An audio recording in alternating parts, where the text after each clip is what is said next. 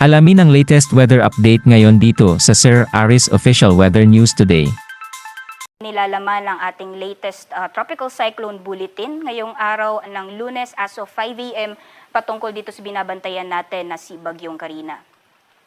So unahin po natin yung ating latest satellite image. Kung makikita po natin, patuloy pa rin nating binabantayan itong dalawang bagyo sa loob at labas ng ating Philippine Area of Responsibility. Nasa labas po ng PAR itong si dating Bagyong Butchoy. Bahaging lumakas pa po ito at nasa Severe Tropical Storm category na may international name na Prapiron. At kung makikita po natin, wala na po itong epekto sa anumang bahagi ng ating bansa. So ang main focus po natin ngayon ay itong si Bagyong Carina na nasa loob po ng ating Philippine Area of Responsibility. Currently, nasa Severe Tropical Storm category pa rin po ito, although bahagyang lumakas. At currently, yung latest location niya as 4 a.m. ay nasa layong 420 kilometers silangan ng Tuguegarao City, Cagayan.